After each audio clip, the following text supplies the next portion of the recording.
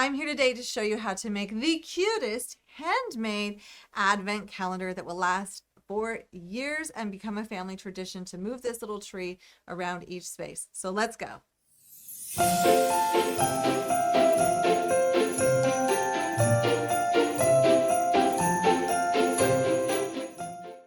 If you love crafting for the holidays, this is a fun one. This one we can get a little bit creative with, and I'm super excited to show you how to make this on camera. Now, I know I have a few more little trinkets here than I normally do, so we'll go over those. Today, we'll be using the Brava Tweed worsted weight yarn. Wren is the main color that we'll be using, but of course, I've got a little bit of this mink for the stitching and then green for a little Christmas tree. And you can always mix up the shades to be matching your home decor for your holiday vibe. Then we will need a G hook, a 4mm G hook for this, a yarn needle, of course, scissors to cut the yarn. And then we've got all these other fun things around here that we're going to talk about. So cinnamon sticks are great and they smell great to use for this tree. And this is what we're going to use to mark our days on this advent calendar. If you don't have a cinnamon stick, that's okay. Honestly, go outside and find a stick in your yard. You can use any type of stick in this and it's super cute. Then I have this, a longer stick here. I had bought a round dowel for this at the craft store and I lost it. It is somewhere in my garage. I know it and I cannot find it. So when I was out there looking, I found this random stick that I cut down and I was like, you know what, this works. So once again, work with what you have. Even go outside and find a really cute natural stick if you want to use that. And this is what I'm going to be using today, but you can go buy a dowel from a craft store like Joann's or Michael's or pretty much everywhere. And you can use a wooden dowel for this too. And I have some beads because I thought it would be fun to just add a little bit of charm to this by adding a few beads, but you do not have to. And then I do have these numbers and these I purchased on Amazon. We have a link for this in the pattern. These have become quite common, and this is what we are going to do to mark the days of the advent calendar. If you don't want to purchase these or buy them and you're really good at hand stitching, you can do that as well. There's lots of different types of numbered buttons or things, but these ones I thought worked great for this, so I'm going to roll with them, but there are different shapes and styles online if you want to look around. So let's go ahead and get started and make a really fun one-piece advent calendar. Now I used a G hook to create these base pieces and half double crochet stitches in rows. I'm going to walk you through a small sample so we know how to make them, but you're really just making, as you can tell, a lot of rectangles in different sizes. I have 4 of these. This is what's going to stack on the front, and then one for the, finale, and then one big base piece that's long enough to wrap around whatever dowel or stick you have to stitch and then lay these in front of. So sometimes it's smart to start off with these smaller ones. That way you'll know if you want to add a couple more rows to your big one after you see how it fits around your dowel with spacing and see if you like it. So let's get started using the G hook and the worsted weight yarn. Feel free to use substitutes and let's get started on making these base pieces. Now to get started with this, I'm going to create a slip knot and place this onto my hook. I'm going to be using a different color of yarn when it comes to stitching to the main piece, so I'm not going to worry too much about the length of the tail. I'm going to start by chaining 11. This is to create the smallest little square for the advent calendar. The rest are just doing it larger, but the same exact instructions. So I'm just going to create the small square and then go from there.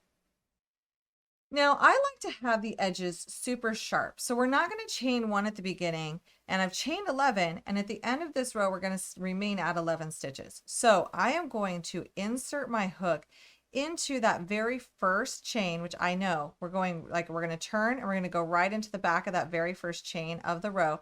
I like to work in the bottom humps. Those are the humps underneath here. I find those look the best. Now I'm going to do what's called a stacked single crochet. We will yarn over and pull up a loop. Then we're going to yarn over and pull through both. And we've done a single crochet stitch to this point. That's all it is.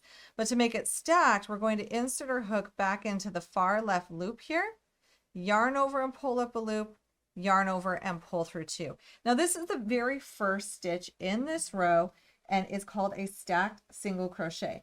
It is never a bad idea, and I'm grabbing a stitch marker here. I guess, there we go. Trying to grab a small one, but I think I'm going to grab a big one. And I'm going to mark this stitch because it's easy to work around the side. This is not a stitch, this is. So you're going to mark the top of that stitch, and that way we don't accidentally add any increases here. So we've done our first stack single crochet, and now I'm going to yarn over, insert into the next hump, pull up a loop, pull through 3. So that's a half double crochet, and we're simply going to half double crochet for the remaining stitches in this row, and we'll have a total of 11 stitches when we get to the end. Now, if you don't want to work this first one as a stack single crochet, you don't have to. You can chain 1 and work a half double crochet. I just find it's super clean and super neat for a project like this because the edges are so nice. Now, after working all the way across this row, I'm working the last stitch here, and I'm going to turn my work. We have 11 stitches. And we are going to start once again with a stacked single crochet. So every single row is going to be worked the same when we start doing our repeats. And for this very first stitch, notice I haven't chained 1 or anything. I'm going to go right into that very first stitch and do a stacked single crochet. Back into that left loop. And that completes our stack single crochet. And if you need to, grab a second stitch marker and place it at the top of there. If you've never worked stack single crochets, I highly recommend it. It will save you a lot of grief because it's so easy to work around the edge of it, but it gives a nice height and a nice clean edge. And now we're simply going to half double crochet in the remaining stitches across, and that is it. This is what we do for every single row to make all of the pieces of this advent calendar. We're just making a ton of rectangles essentially, and we're just working them half double crochet in rows. So simple, right? This is so fun. Now we're simply going to follow those instructions, just starting with more chains for each piece and then working a certain amount of rows. And all of these are the same height here. We're going to be making 4 of these strips, 1 of the small one, and then of course 1 background. I also highly recommend blocking these. I blocked these because it makes it look sharper and cleaner. The edges really look nice with those stacked single crochets and blocking. It's like ironing it before you're putting it together. It's so worth it. So once you've made all of the pieces that are in the pattern, we are going to block those. Now to make this tree, we're going to start by creating a magic circle. And if you've never done one, I do have a tutorial on that. And I always like to start my magic circle by doing a chain 1. And so I'm going to chain 1 here. And now I'm going to do a half double crochet. And it's never a bad idea to go ahead and mark that stitch. We're going to mark that half double crochet.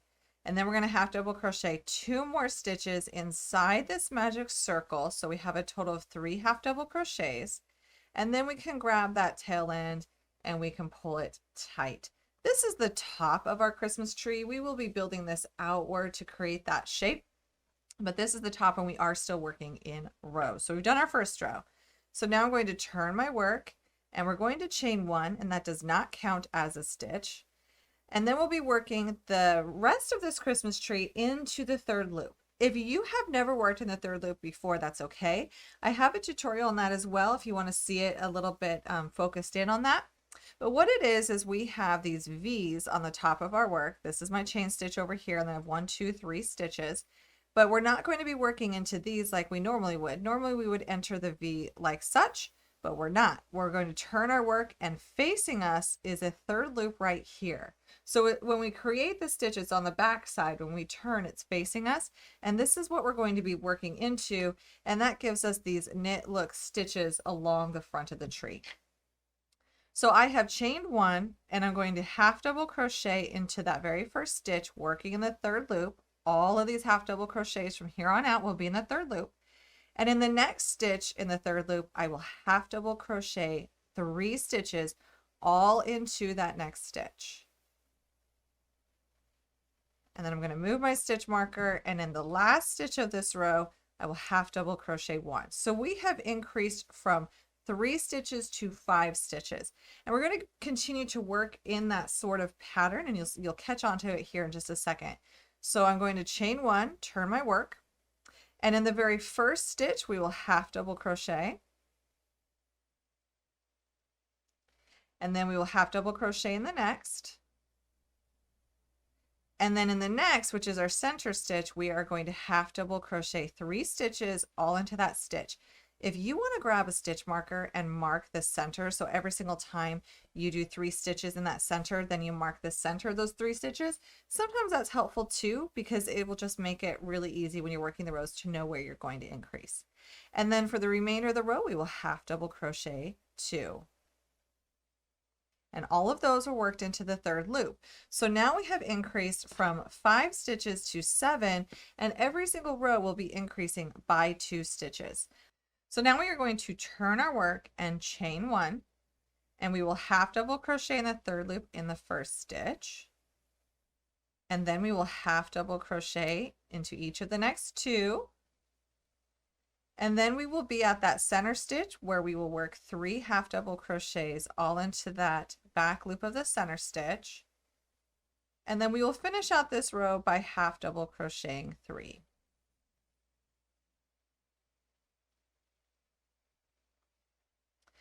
And at the end of this row, we have a total of 9 stitches. So I'm going to chain 1 and turn my work. And then we will half double crochet into the 1st stitch. Half double crochet into each of the next 3. So you can kind of see we're just working a pattern where we're half double crocheting until we get to that center stitch where we will half double crochet 3 stitches. And then the remainder of the row will be half double crocheting in the 3rd loop. So that will be 4 stitches for this row. We're going to be doing this for a total of 9 rows, but you can actually make this bigger if you want. So now we have 11 stitches. Feel free to make this larger. You can keep increasing if you want a larger tree. It's completely up to you. Or you can even make a little mini tree and stop sooner. So I'm simply half double crocheting in the 3rd loop until I get to that center stitch. And then we will do 3 half double crochets in the center stitch and then half double crochet the rest of the row. So I'm going to keep doing that in pattern until I have a total of 9 rows. Now for this very first tree, so we're making 2 and stitching them together, we can go ahead and fasten off and weave in that end. But for the second tree, we're not going to fasten off. So now that we have our first tree, you're going to fasten this off, weave in your ends, and set it aside. And then we're going to go ahead, rewind this video if needed, and make a second one, but do not fasten off. So now at the end of row 9, I have a total of 19 stitches, and our next step is going to be to join our 2 tree shapes together. And if you want to also throw a cinnamon stick in there. Now, as we do this, I'm going to note where if you want to pause and hot glue the cinnamon stick in here so it doesn't come out, you can feel free. A lot of times I haven't had to. I have not hot glued any of them in. I'll show you, I kind of crochet tightly around them and they seem fine. But it's completely up to you if you're worried about the cinnamon stick coming out. Or you could also simply just do this as is and create a tree stump with something else, such as some beads. You could create, you know, a mock tree stump with some beads hanging down. So it's completely up to you to whatever style you want to do. This is used for several different things for the advent calendar as well as the stockings. So to join these together, we're simply going to place one tree on top of the other, making sure that what sides I like. For some reason I like this side to face out because the bottom is a bit more rolled out. So I'm going to put the sides I want facing out, chain 1, get those lined up. Now when we come across the bottom, it's really easy to know what stitches to work, but along these edges, they're just raw edges. So don't overthink this.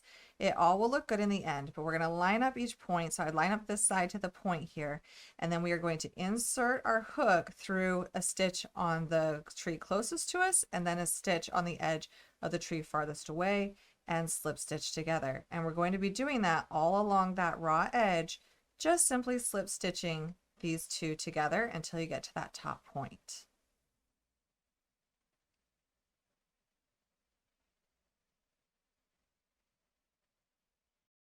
So now that we are at this top point, I'm going to slip stitch the point together. And then if you want it to be a bit sharper, simply chain 1.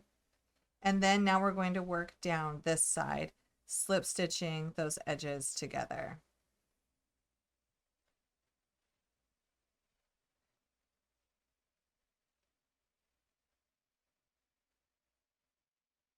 Now don't be too picky where you're grabbing your loops. Just grab the loops on the edge there and it will work out just fine. Now, once we get to this other corner, that's where we're going to stop. And if you want to glue in your cinnamon stick, that's what you can do as well. So now that we've gone down this side, if you want, you can take some hot glue or a different type of craft glue, and you can glue this inside, and then we are going to be crocheting around it.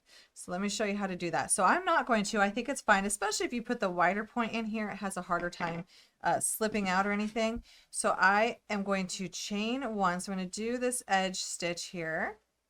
So right on that corner, chaining one on the corners of the triangle. So I don't along the bottom, but think of this as, I know they have a point here. So we technically have 4 points, but these 3 points, I like to chain one when I get to those edges, because I think it gives it a cleaner look and keeps that shape. So I'm just going to chain one. And now I like to work through the back loops only, or you can even work back loop or front loop. It's really personal preference here. Along this edge to join together. And then when I get to the point where I want to insert my cinnamon stick, I will, to make sure that that's centered.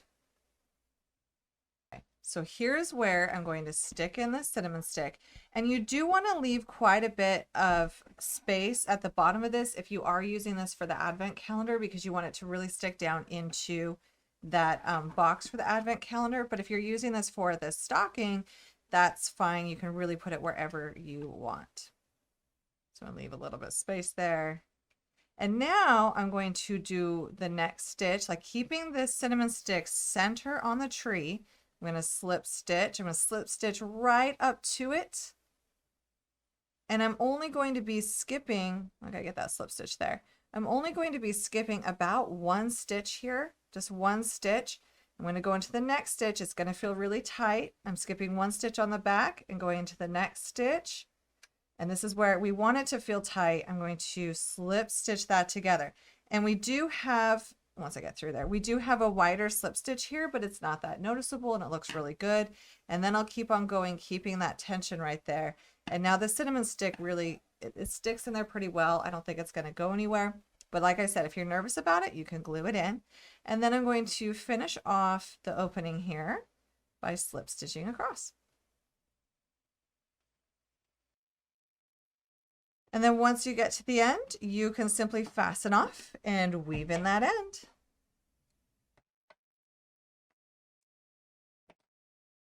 And now we have a cute Christmas tree with a cinnamon stick, so it also smells nice. Now, for this next part, you can decide if you want to use your crochet hook and do surface slip stitching, or if you want to get friendly with your yarn needle and do it this way, which is probably what I'm going to do, because I feel like I will have it better with my yarn needle. It's really personal preference, but what we're going to do is we're going to attach our dowel so that we see the spacing on the top before we go place everything else. Now, there's really no right or wrong side to this. It's completely up to you. But what we're going to want to do is fold over the top here, over the dowel, getting it center as possible. And we're going to fold this, and then we're going to be seaming, move it down a little bit more. We're going to be seaming across here on the back so that it attaches this to it. Now on the front, we're going to see our seaming, which is why we're going to make it look decorative. A lot of times when we're adding lines, it just makes it look sharper. So when I do this, I'm going to be using 2 strands at once. The reason why is I don't want my lines to be skimpy. I want them to show. I want it to be part of the design. So you can always pin it in place and then take out the dowel and do it if you want and slide it in. Mine's not very smooth here. It has some rough edges, so it would be hard to slide in and out. So I'm just going to simply place it and seam it. So this is the back of my work. I'm going to weave in my tail end before I get started, because why not? Then I don't have to weave it in later. I'm weaving it in as I start and hiding it underneath here, and then I'll be ready to go. And notice I'm keeping this as 2 strands.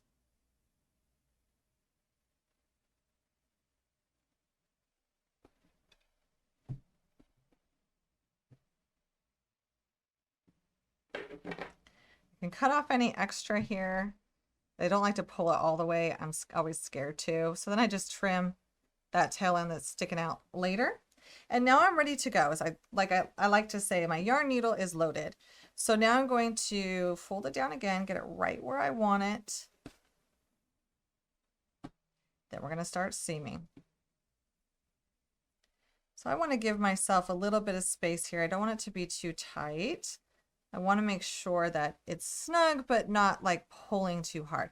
So here we go. This is where now I can start on this edge. And if you can see, you can kind of line up the edges to see where your seaming will be. And I'm going to be going all the way through my fabric here. So I'm going to just secure it along one side, kind of by looping through. And then I'm simply going to be working up and down, just stitching these together. So not a whip stitch. My stitches are going to be showing on the front, and I'll show you what I mean here.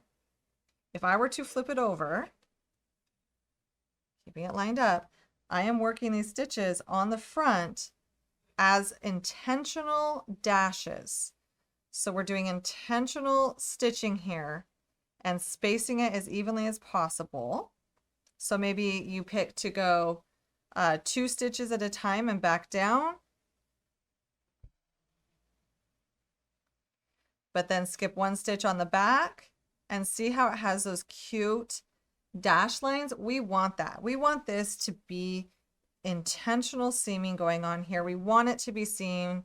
It adds a cuteness factor. So we're going to work that all the way across. So I'm skipping 1 stitch and then going 2 stitches on the front and then just coming through on the back.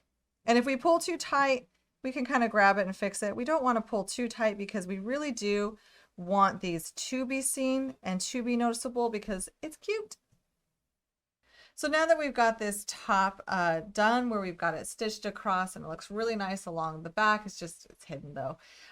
We're ready to place the next parts. We're going to use the same stitching that we used up here, but we're going to be doing it around the left side, across the bottom, and up the right side to get it into place. And then we'll be stitching boxes, like lines, vertical lines here to stitch out the boxes. But first we want to get it set just right. Now you can pin these, but I always stab myself with pins. So I'm going to be using the background, the back piece of this, as a guide because we already have lines here to help us line it up, and we can use our lines as a guide as we stitch this across. And then you'll want to place these on here at least 2 rows apart. And it's a good idea before you get started seaming to set these on here and kind of see the placing that you want to do. And we're going to seam all these in place. I'm going to start by seaming this first one, and then I'm going to come back and show you. So now that we have sewn on all these pockets by doing the sides and on the bottoms, we're just going to be tacking along the top to separate the boxes a bit and put the numbers on here. So for this, I've already done the number 1, and if you want, you can grab a tape measure and make sure that you're spacing these pretty evenly. I'm spacing starting at 1.5 inches in from the edge of this seamed part, and then about 2.5 inches apart for each space where I would go through that ornament. And it's going to be more than just sewing these on in between. So let me show you what I mean. So we have these 2 ornaments, but in between them, we want to really tack it down so that when we're putting our tree in, it doesn't, pull this whole flap open as one open thing. We want to be able to tack it down so it is individual compartments here. And to do that, we can just simply do a loop in between these. And what I mean by that is we can come up through the front, and I'm going to tack this down really well. So I'm going to go down this stitch and through the entire thing, so all the way out the back. And I'm going to do that again. I really want to make sure that this is tacked down really nice,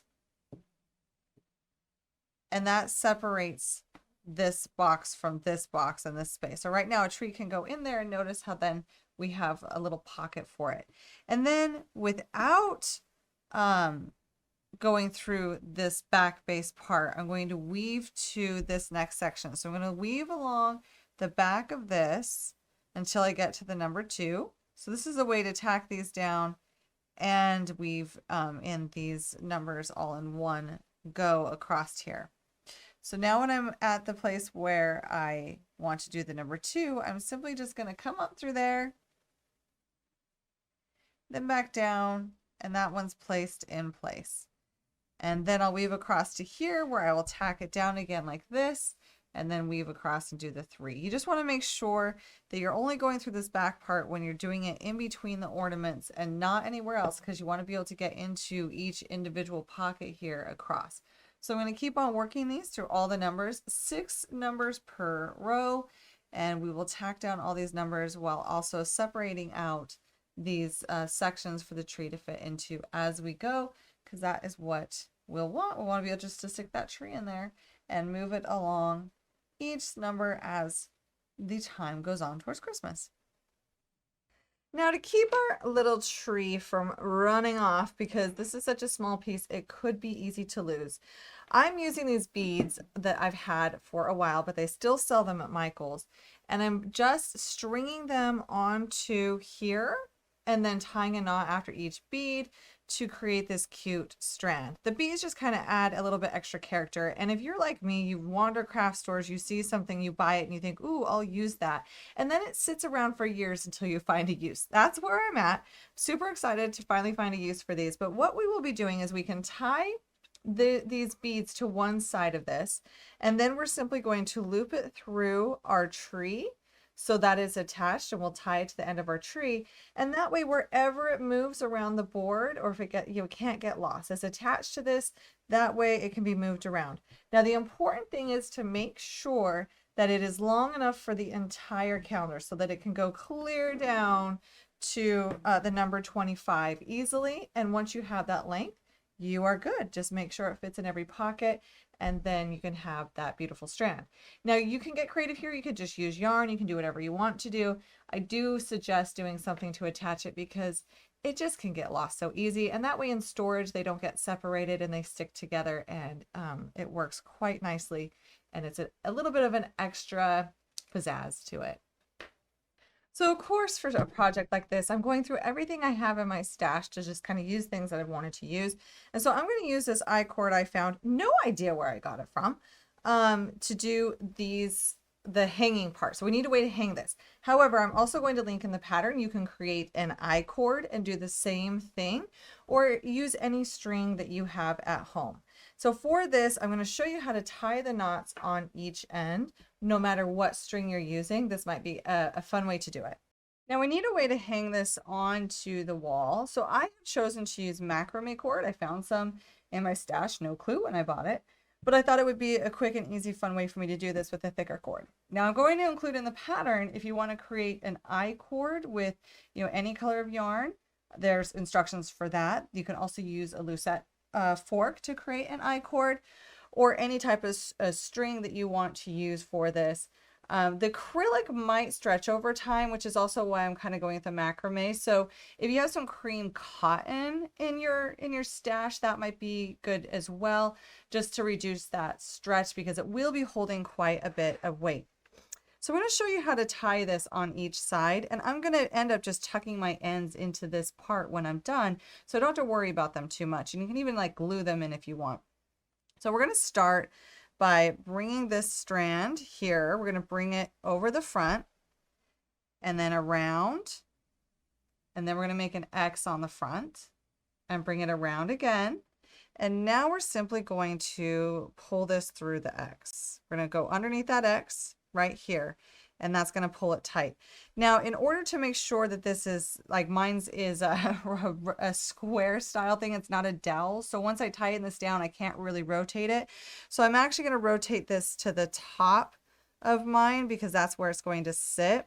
And I'm going to tighten it on the top. So I'm rotating it towards me because I want this side of the wood to show on the front. I'm going to rotate this and tighten that down for the top, and now it can hang.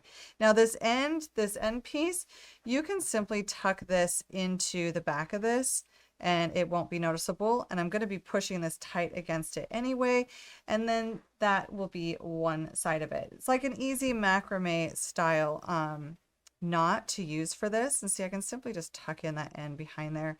With this type of yarn, it's not slippery, so it's not going to go anywhere. That is very secure on there, and that is how we're going to be doing the ties. So now I'm going to repeat that on the other side, and we want to make sure that we are getting the length that we want. So you kind of want to hold the center point and see, like, okay, how far between this distance when I'm hanging on the wall do I want it? Remember, it might stretch a little because it is holding some weight. And then we're going to come down to this side. I'm going to cut off some of this, giving myself some extra room here. Now to work this side on the opposite side, I've cut my yarn and I'm simply going to lay it across here. And we're going to be doing the same steps that we did before. So I'm going to bring this string around, create an X. And then when we come back up, we're going to go right underneath that X part. I'm showing this to you on the front, but of course I'm going to kind of rotate when I pull this. And I think I want a little bit, no, that tail end's fine. I can tuck that in. So now we're going to take both sides, both ends here, and tighten that down really tight. We can push it in, and now it's on the top where I want it, and I can tuck in that end. And now I have it so that it can hang and it's nice and clean there. And that looks fantastic. So of course, after putting this on here for the strap, I'm looking at this going, oh my goodness, I could totally do some tassels here if I wanted to, or some more beads. I don't know yet if I'm going to. I may just leave it, but I just wanted to mention that is as you're doing this, feel free to look in your crafting supplies if there's any like cute little dangly tassels you have, or if you want to make tassels, it might be cute to add a little extra on the sides if you want. Not necessary. Just wanted to throw that out there. Now the other little embellishment I want to put on here is more trees. I want to put some trees on the bottom, and these are embroidered on here. They're a little country chic, and I used these on a stocking gift card holder. So if you've done the stocking gift card holder, you may have seen these and done these in the past, and I thought it would be fun to put them on here. So I'm going to mimic this, just mirroring it on this side, putting a big tree here and a little tree here. And then I ended up putting beads on the top because I thought that would be cute too. So I'm simply going to follow my lines across to try to keep it, as symmetrical as possible. And remember, you can start by weaving in your end on the back so you don't have to come to it later. But I also want to point out that no one is going to see the back of your work. So if you want to tie knots, you feel free. It's not going to show, so it's totally fine. I like to start it this way, but honestly, when I end it, I'll show you. I just tied knots. I tied some knots for the bottom part and for the beads when I attach those, because no one's going to see it. No one's going to care. Take the easy route whenever you can. So what we'll do when we're making these trees is we're simply going to pick a point, and then we're going to be doing upside down V's, and those go for approximately 1 to 2 half double crochet rows. So you can see my top one, I did a bit more narrow, and then I increase how many rows I'm working across as I go down. Now don't overthink these. They're not supposed to look perfect. They're just a cute little embellishment here. So bear with me. Don't be too critical of yourself. So we're going to start by doing a V for the top of this. So I'm just going to go down right here. I give myself plenty of string because it uses it up quickly. And also, I forgot to mention, but you can see I am double stranding this because it goes so much faster. You're working at twice as fast if you simply just double strand this. I go through about 3 times per each side of the V. So that's 2, which means it gives it 6 strands, and it makes it really puffy, which is really nice. It's almost like a mock puff stitch happening here. Go. Now I'm going to go over to this other side.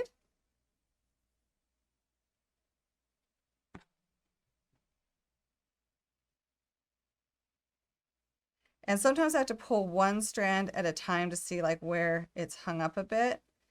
So now I've come up the other side, and we're going to mimic that V on this side here. And then we'll be doing it for all the points down. So once I have this one, which once again, sometimes you get kind of cut up here and you got to figure out which strand it is that's hanging out. And if this gets too twisted, if your yarn tail end gets twisted here, because you want it to not, you want these to lay flat and not be twisted around too much. It makes it more puffy. You just simply untwist it by rotating your needle. I'm going to pull this tight. All right, so now that we've done that, I'm going to come, there we go.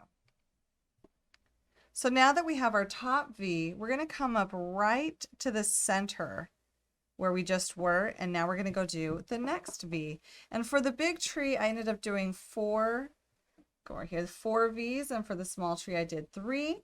So that's what I'm going to mimic on this side. And when you do your next V, you're going to look at where this is, and you're going to come out a little bit farther than before. You want to just have it come slightly out farther than the previous V to give it that tree shape.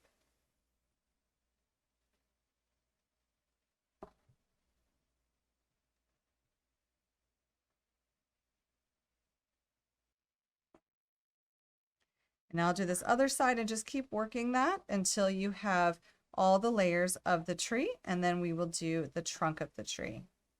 I was having so much fun with this. I put on the wooden thing and almost zipped right on past to the next one. So for placing the bead on, I simply just tie it on the back with string. And now we're ready to do the bottom part, which I kind of like to do an upside down triangle. You can really do what you want to do, whatever looks best. Just don't overthink it. I say that because a lot of times I'll rip these out and do them again because I'm like, oh, it's not quite right. But honestly, it's totally fine. So you can start by doing an up and down vertical line and then bring it into a triangle by going right and then left of that center point. So we're just bringing it all back to that center point. And sometimes in these twists, I'll kind of pull them out and pull them in again. It's just a cute little upside down triangle. And if you want to fill in any of the gaps more, you can come up and fill it in again, but it's not necessary. It really is just whatever looks good to you because it's just making a little trunk. So cute. So for this, I'm showing you my back, the little knotted areas. I knot it. I just get over weaving an end sometimes. And for something like this where we're not going to see the back, you can knot it. If you're worried about coming undone, you can always use a little bit of fabric glue right there and to make sure it never comes undone. I know some people might disagree with this, but today I'm in a I'm just going to do it type mood. And now I'm going to move on to the next one. And I'm going to be placing 4 of these on the bottom. You can do it however you like. And this is such a fun one to move around for each day. It's a low maintenance. You don't have to put candy in each pocket if you don't want to. My kids get enough candy around the holidays. So this is a really fun way to count down to Christmas with some gorgeous handmade embellishments. I really hope you've enjoyed this project and you come back for more projects soon by subscribing to my YouTube channel. And I cannot wait to see you for our next project.